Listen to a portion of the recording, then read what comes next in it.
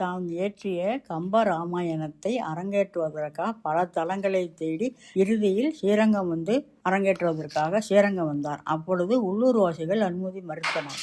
ஏனென்றால் இவர் கம்ப ராமாயணத்தில் தன்னை ஆதரித்த சடையப்ப வள்ளலை பற்றி பல இடங்களில் புகழ்ந்து பாடியிருக்கிறார். நம்மால் இது ஆழ்வார்கள் பற்றி எந்தவும் குறிப்பிடவில்லை.